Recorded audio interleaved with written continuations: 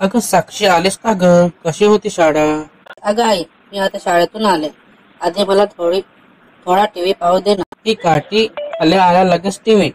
बरं सांग टीव्ही वर काय दाखवत आहे? अगं आई, हा शब्द काय आहे?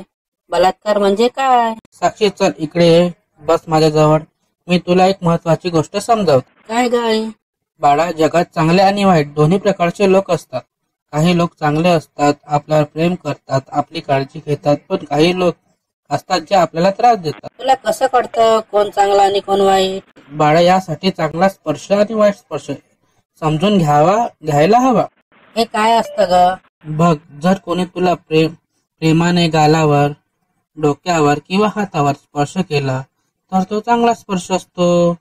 जर मी तुला लाडाने कुशीत घेते तसंच. आई आणि वाईट स्पर्श? जर कोणी तुझ्या परवानगीशिवाय तुला पाय, छाती किंवा होटांना हात लावला तर तो वाईट स्पर्श. तो आपल्याला त्रासदायक